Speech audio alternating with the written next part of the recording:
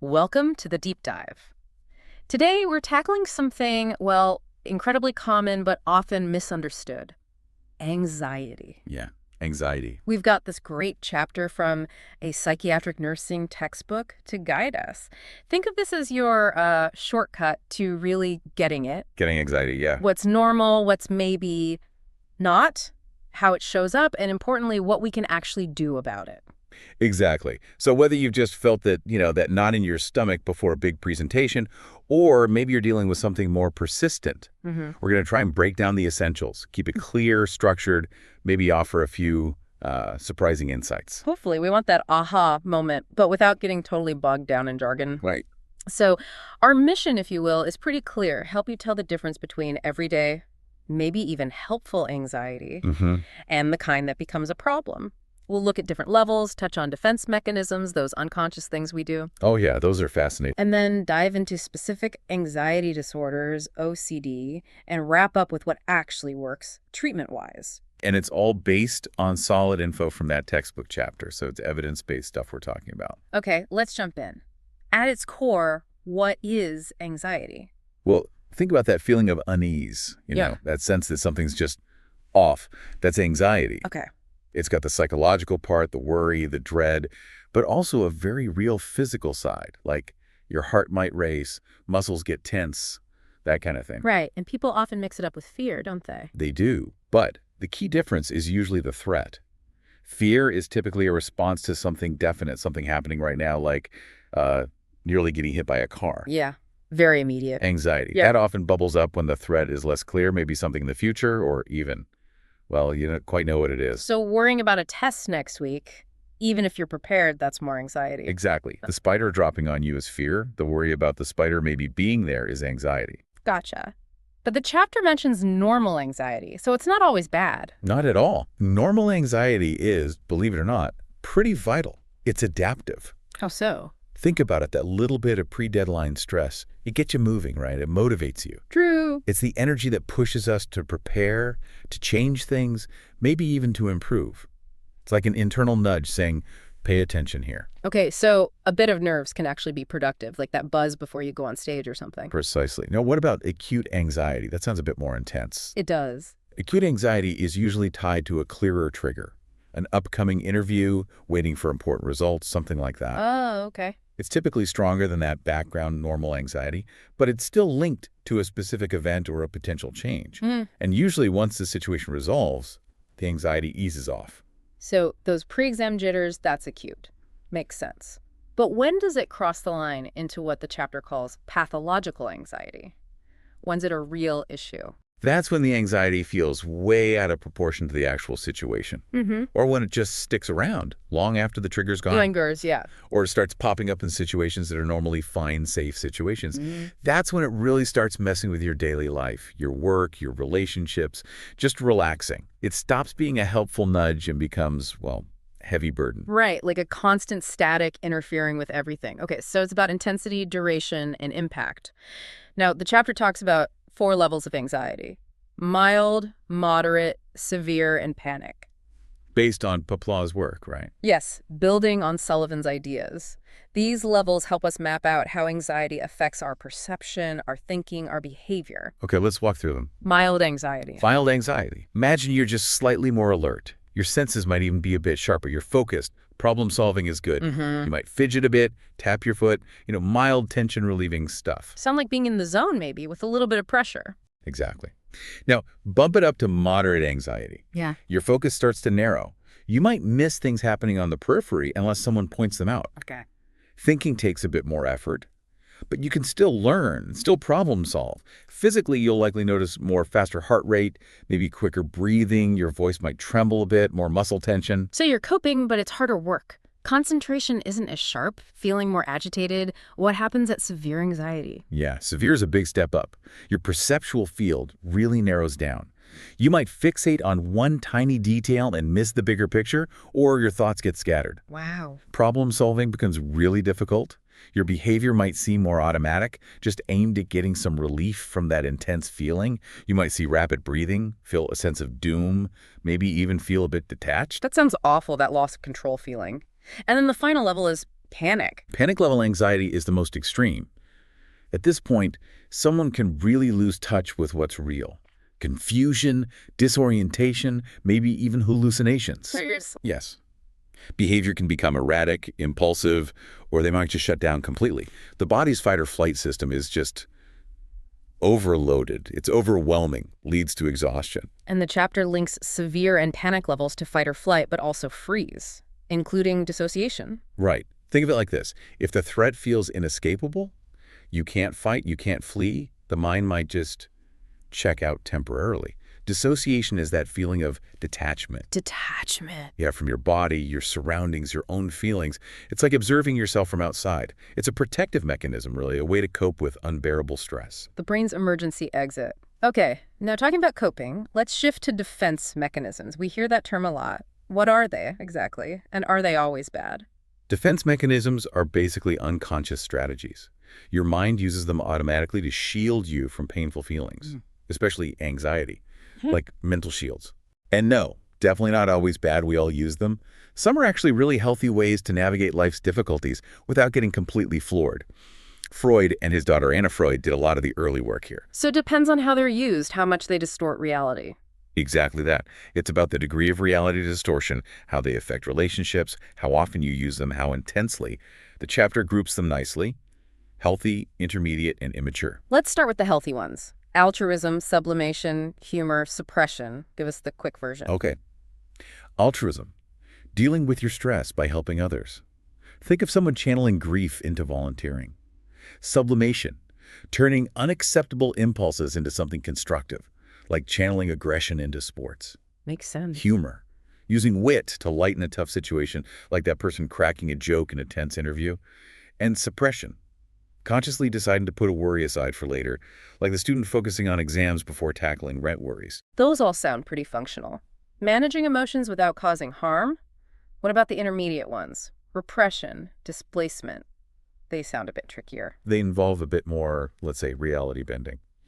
Repression is unconsciously pushing bad stuff out of awareness, forgetting traumatic details maybe. Displacement is shifting feelings onto a safer target.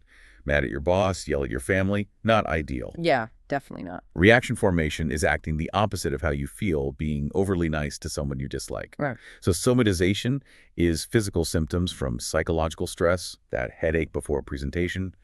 Undoing is trying to cancel out a thought or act like compulsive checking. And rationalization is making excuses. Everyone cheats, so it's okay.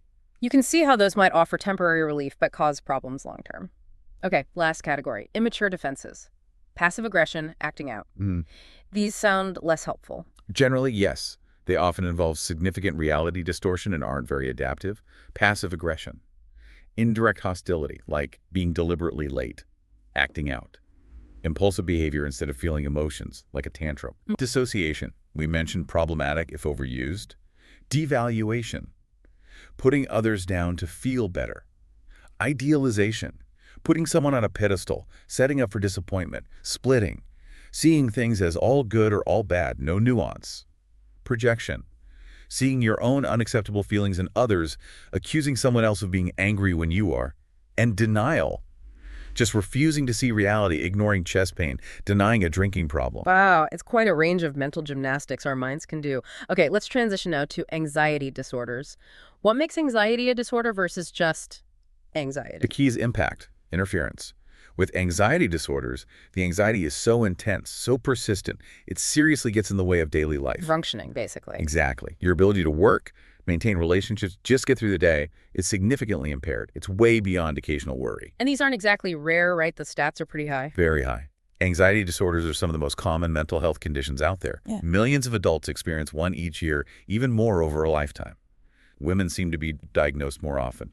And the really tough part is, even though they're highly treatable, a lot of people just don't get the help they need. That is tough. And they often come with other issues. Yeah, that's a huge point. Comorbidity is common. Yeah. Depression, substance use, eating disorders often go hand in hand with anxiety. Right. And there are links to physical health problems too. Plus, sometimes anxiety is a symptom of a medical condition or even a side effect of medications prescription over the counter. Even illicit drugs can trigger or worsen it. Good to keep in mind. It's complex. The chapter briefly mentions the different contributing factors, bio, psycho, social. Right. Biologically, we're looking at genetics, brain structures like the limbic system, and neurotransmitters, serotonin, norepinephrine, GABA are key The players. brain chemistry. Yep. Psychologically, there are learning theories we can learn to be anxious, and cognitive theories focus on those negative thought patterns. Environmentally, stress, trauma, major life events are big factors. And culture plays a role too, how anxiety is expressed, the stigma, it all matters. It really is a mix of things. Okay, let's get specific. Panic disorder, or PD, what defines that? PD is about recurrent, unexpected panic attacks. These aren't just feeling very anxious. They're sudden, intense waves of fear peaking within minutes. Intense. Super intense. Feeling of doom, fear of losing control, plus physical symptoms, heart pounding, chest pain, can't breathe, dizzy. The works. A big part of PD is also the worry about having more attacks. That anticipatory anxiety. Leads to avoidance. Can do, yeah. Yeah. And sadly, there's an increased risk of suicide attempts linked to PD.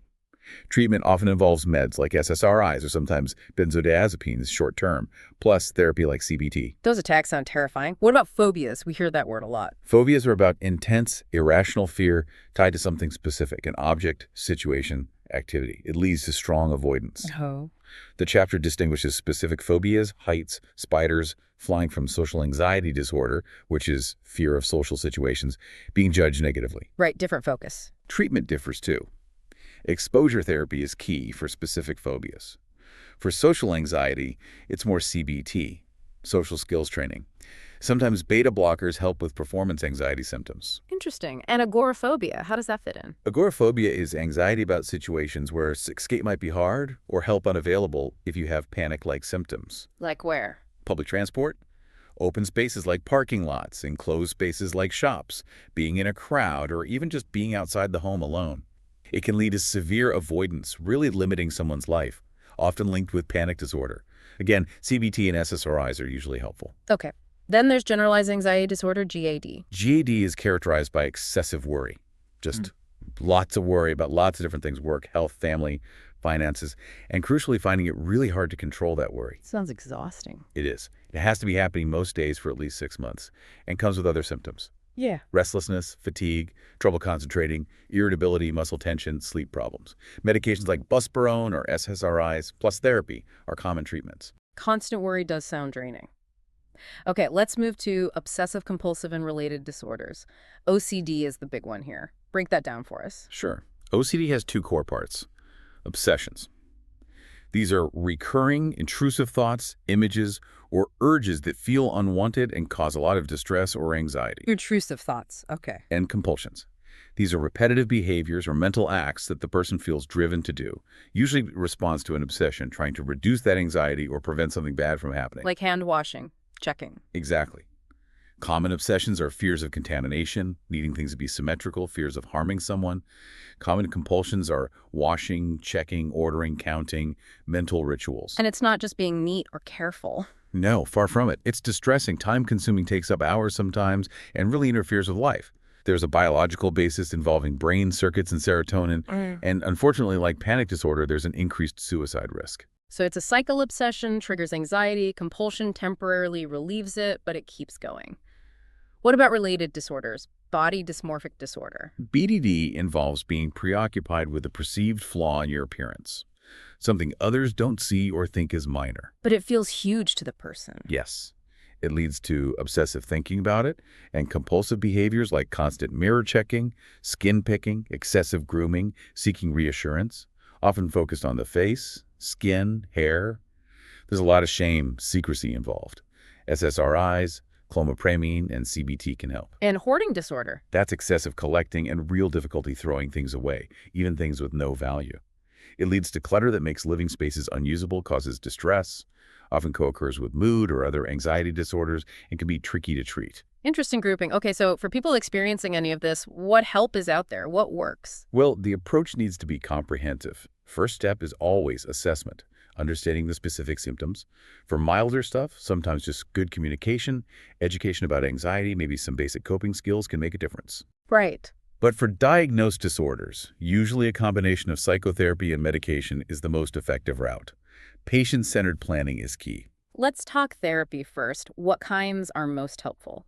Cognitive behavioral therapy, CBT, is really the gold standard for many of these conditions.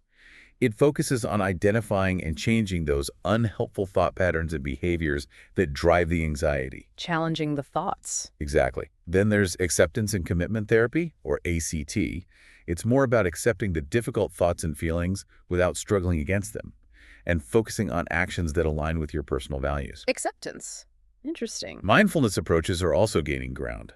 Mindfulness-based stress reduction, MBSR, helps people become more aware and accepting of the present moment, which can really reduce anxiety symptoms, especially for GAD. So different psychological tools. What about behavior therapy specifically? Behavior therapy works on the principle of unlearning anxious behaviors. Exposure therapy is a big one, gradually facing feared situations or objects. Facing the fear. Yes.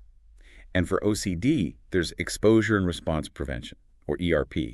You expose someone to their obsession trigger, but prevent them from doing the compulsion. It helps break that cycle. Other techniques include modeling, learning by watching others, relaxation training. Relaxation, like deep breathing. Deep breathing, guided imagery, progressive muscle relaxation, lots of techniques to help manage the physical symptoms of anxiety right in the moment. Okay. And then there's medication. What are the main categories? Antidepressants are often the first choice for long-term management, especially SSRIs, selective serotonin reuptake inhibitors. SNRIs, which affect serotonin and norepinephrine, are another option. SRIs are common, yeah. They usually start with a low dose, need time to work. Then there are benzodiazepines, drugs like Xanax or Valium. They work fast for acute anxiety. Big butt. High risk of tolerance, dependence, withdrawal, really only for short-term crisis use. Not ideal long-term due to cognitive effects, addiction risk. Okay, so caution needed there. Any others? Buspirone is a non-addictive option, sometimes used for DD, but it takes time to work. Antihistamines can sometimes help short-term. Occasionally, anticonvulsants or even low-dose antipsychotics might be used as adjuncts or in specific situations. So quite a few pharmacological tools, too. What about complementary or alternative stuff? Kava, valerian. The chapter mentions them. Kava has inconsistent evidence, plus liver concerns and drug interactions. Valerian, maybe some mild sleep benefit, but not really for anxiety itself. Lavender oil, maybe some mild effect. St. John's wort, potential for GDD, but big interaction risks with antidepressants. So generally, approach with caution. Definitely. Lack of rigorous testing, potential for side effects, and herb-drug interactions are real concerns. Always best to discuss with a doctor. Good advice. Wow, we have covered a lot of ground here. We really have. So to wrap this up, what are the absolute key takeaways for you, for our listener? Okay, first, anxiety is on a continuum. A little bit is normal, even helpful. It's when it gets excessive and impacts your life that becomes a problem. Right, the spectrum. Second, defense mechanisms. We all use them. Knowing about them helps understand our reactions, maybe see where we could be more adaptive. Third, and this is huge, anxiety disorders and OCD are common, really common. Yeah. And they're treatable, there's no shame, and help is absolutely available. So important. And finally, effective treatments exist. Psychotherapy like CBT and ACT, behavior therapies like exposure, medications when appropriate. There are evidence-based options that can make a massive difference. That's definitely a message of hope. So if anything we've talked about today struck a chord with you, the listener, remember you're definitely not alone. Seeking more info or reaching out for support is a really positive step. Absolutely. Maybe this deep dive gets you thinking about your own experiences with stress or worry, or maybe it just sparks some curiosity about how our minds work and the ongoing research. Exactly. Because understanding anxiety, truly understanding it, is that crucial first step towards managing it and ultimately living a fuller life. A perfect place to leave it. Thanks for joining us for this deep dive. Thanks for having me. Until next time.